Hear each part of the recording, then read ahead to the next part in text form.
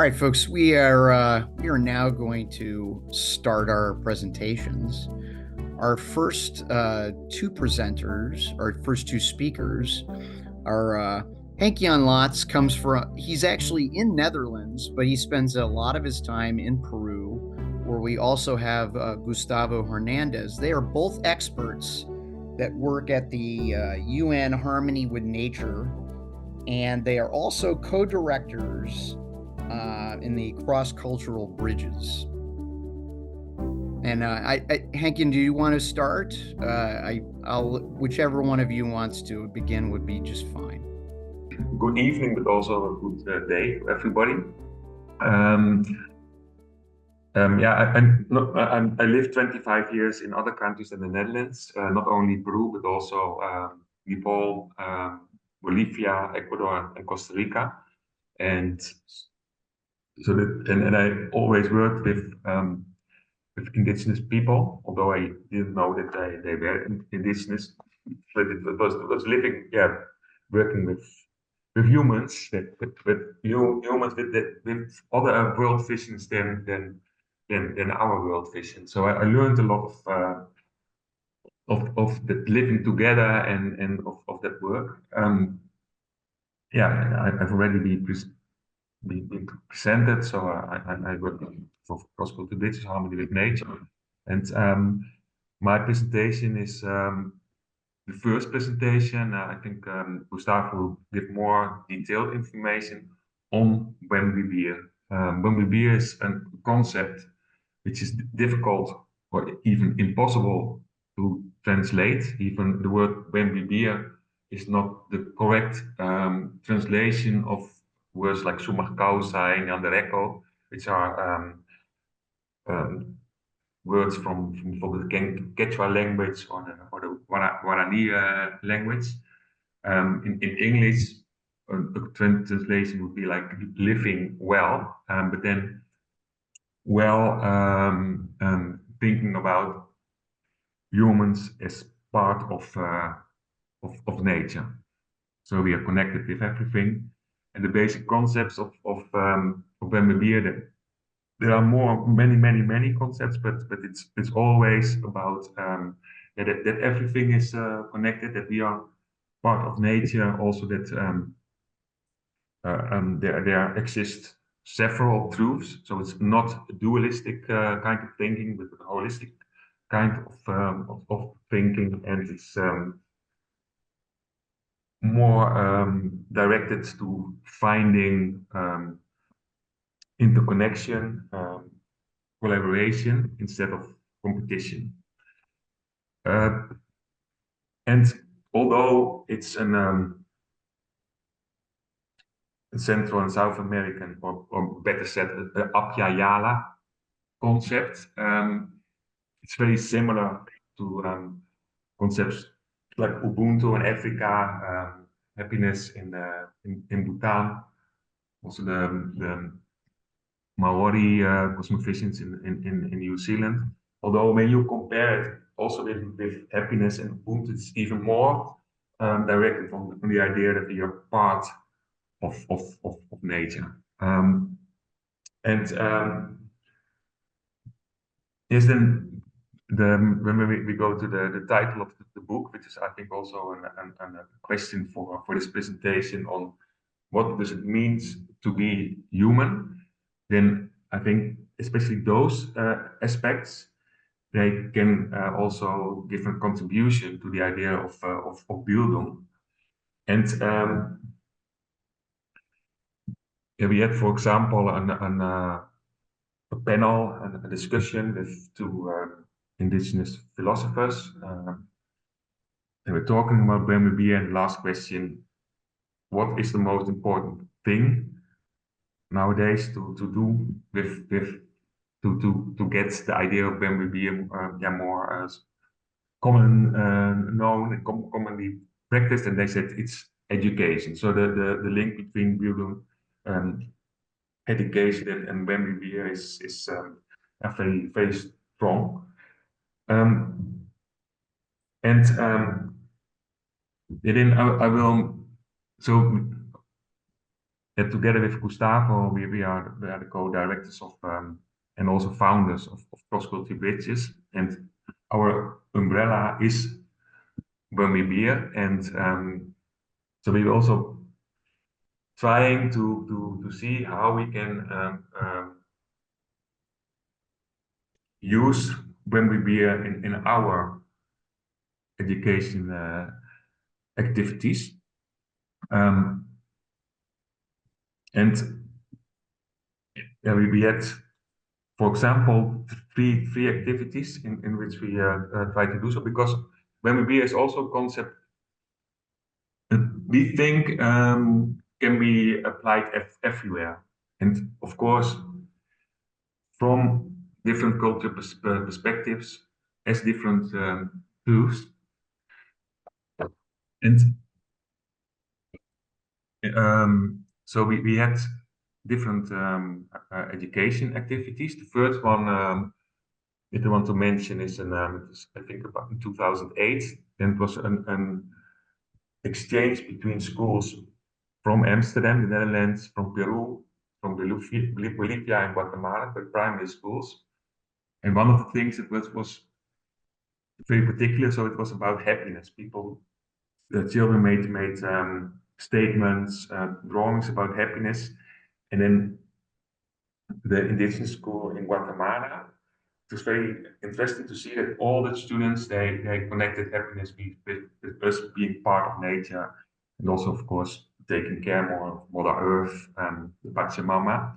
So that was really interesting exchange with the other children in especially the Netherlands, but also in the urban context of Bolivia and Peru.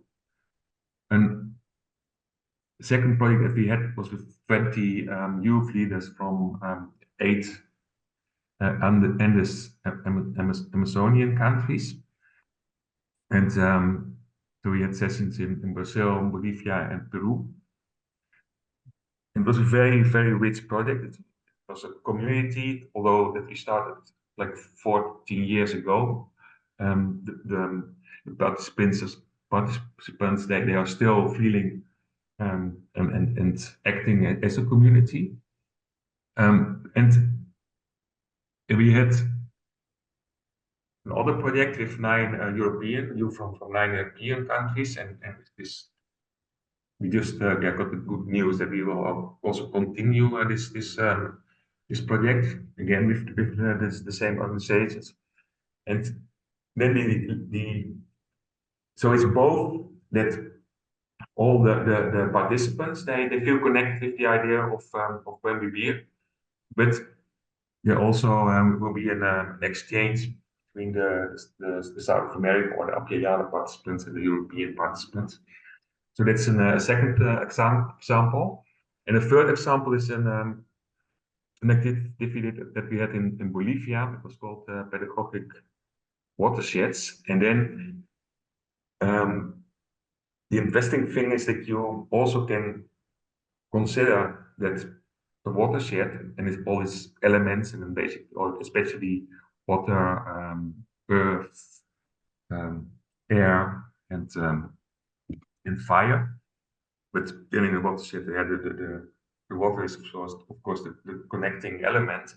That the water itself can be a teacher. So we can learn from the non-human actors. So it also appears when you manage or want to live in a watershed.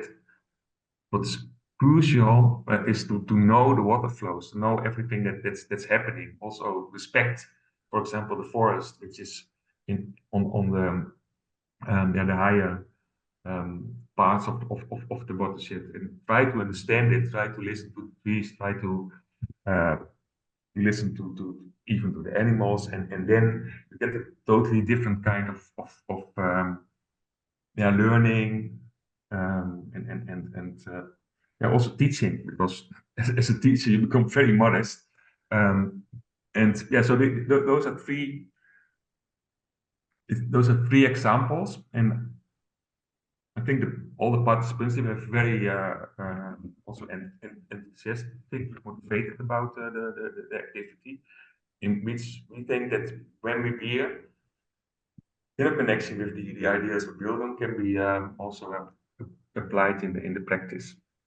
I think the idea was that I would talk about 5 minutes, so I suppose that I already have done so. So that would be my presentation. Thank you. Okay, and Gustavo, we'd like to have you just follow right behind that and tell us more. Yes. Yeah, I would like to start this conversation based on the questions, the very interesting question you proposed. How can education make us more human?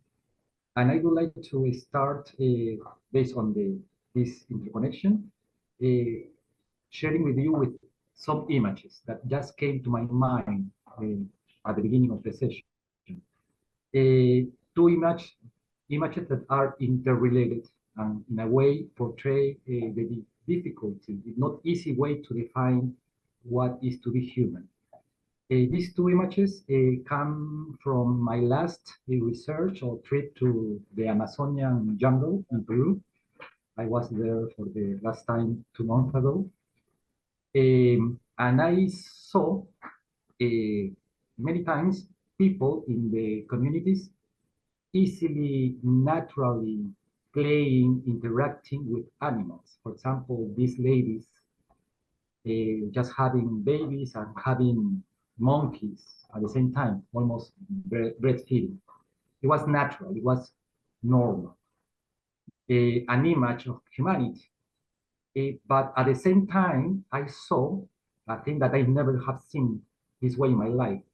2 persons fighting each other to death, using a big stone, just cracking the heads. I was amazed by that, and I actually interfered. And okay, and nobody, I mean, okay, so it was a lot of blood, and it was a very striking image. 2 images, in order to address the issue that what it means to be human is not that obvious, no? From an anthropocentric world, we could address the question, or we could think that there is an obvious question, but it's not that obvious. What does it mean to be human? There are several kinds of humanities.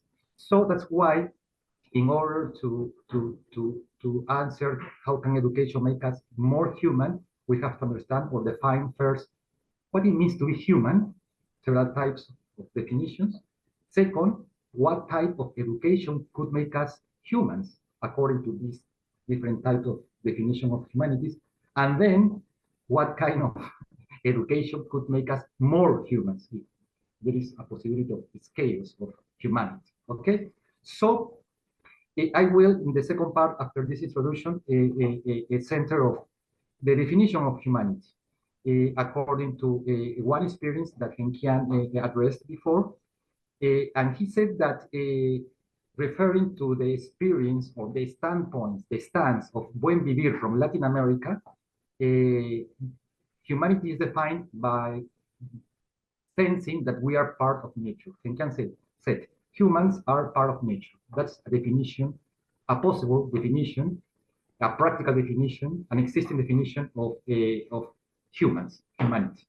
I will explore more on this definition, based now moving to the school to do education in Latin America and also abroad.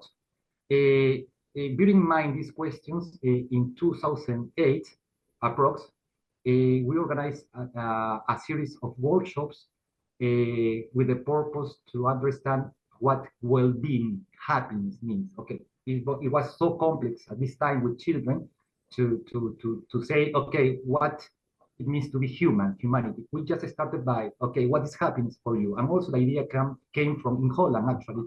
We were having dinner and we were exchanging views on education. Okay, happiness, what happiness means. Okay, let's gonna research what happiness means in different contexts. We chose Guatemala, Bolivia, Peru, and the Netherlands. Okay, because we had contacts in those schools. Some of them were private schools, others were public schools. For example, in Bolivia, it was a private school. In Peru, it was a private school. In the Netherlands, it was a public school. That's the rule, although in a very wealthy area. As far as I understand, you can double check. You can say anything about that, Henkjan.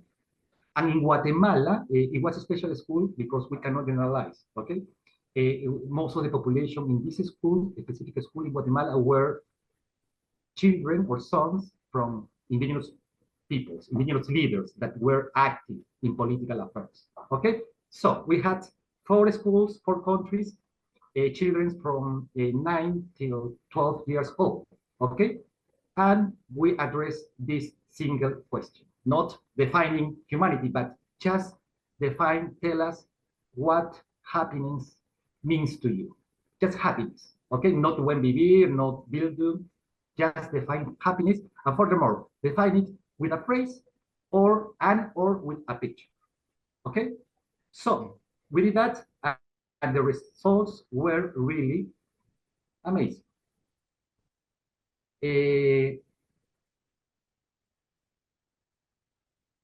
the case of Guatemala, we could sense that nature was omnipresent and spoke, no? Portraying humans as intrinsically part of nature. I will show you the pictures. For example, in Guatemala, the answers were like this. Happiness represents itself in nature because in her we find peace and harmony. Happiness is to live in peace with Mother Nature. Other children. Happiness is being in harmony and freedom with all animals and persons. Okay?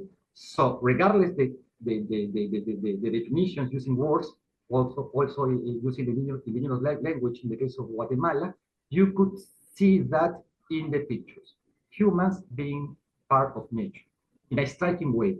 Whereas in the case of Bolivia, Peru, and the Netherlands, the dominant perception of happiness was associated to society's well-being. No? For example, families' unity, human health, these kind of concepts, no? I would say anthropocentric concepts, and also material possessions, no? Happiness also means human activities, no?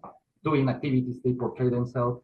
Happiness as doing things as exercising professions, sports, and other ideas as peace between human beings. No? A lot of, especially in the case of the Netherlands, no, happiness means a lot of not being alone, having a family, and peace between humans. No?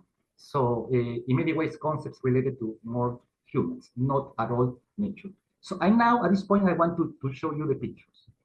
Okay, what is happiness to you, Guatemala? Okay, so you see the pictures portraying like happiness. Almost you don't see directly as an entity isolated humans.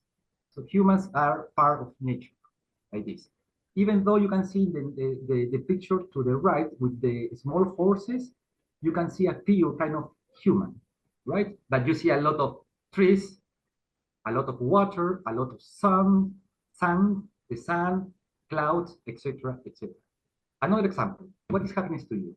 Guatemala, you know, that there is no need to separate, to define humanity outside the nature or environment, the word used by technocracy right now. That's why we use nature as the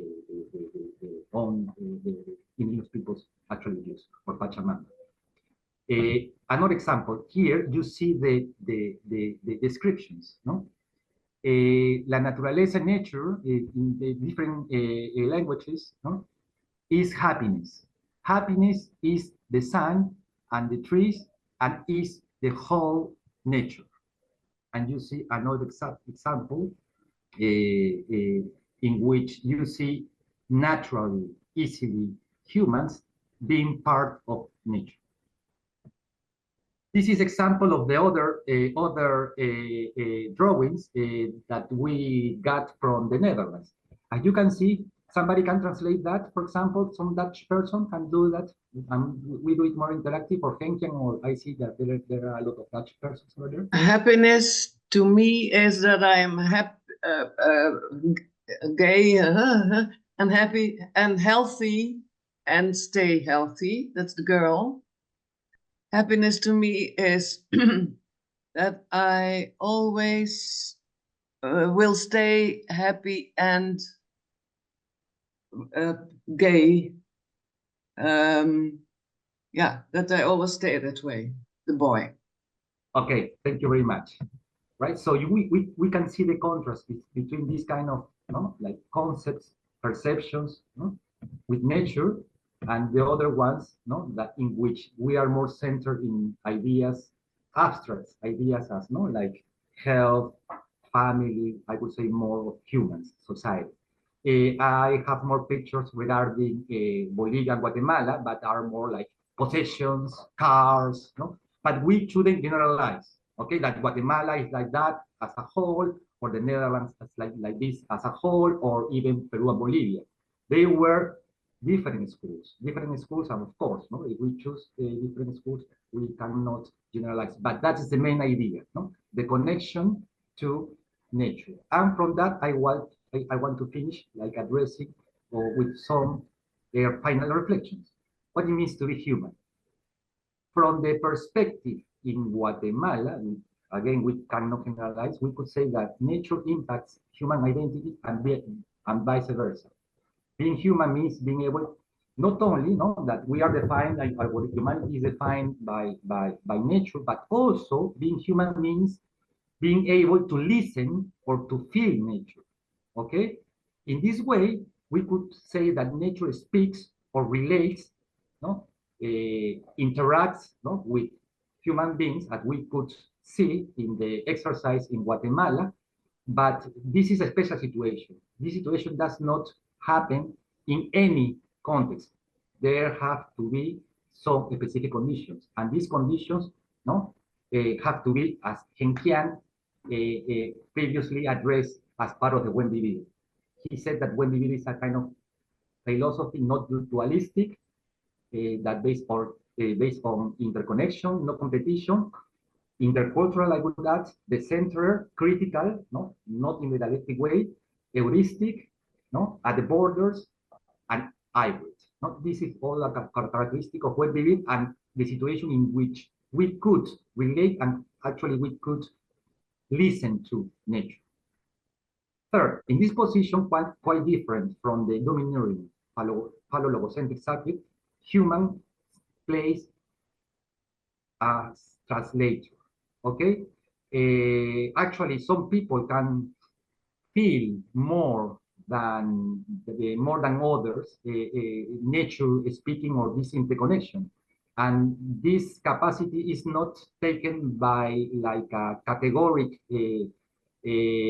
situation per se, or fundamental situation. No, it's a thing that we have to construct. And education could a lot foment this kind of construction of this position in which we can relate, listen to better to nature.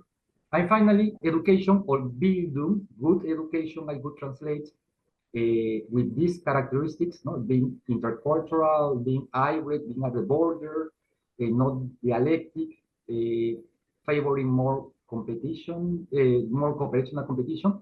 This education, this good education, should contribute to enhance this condition of being human, defined in and by nature. Final reflection.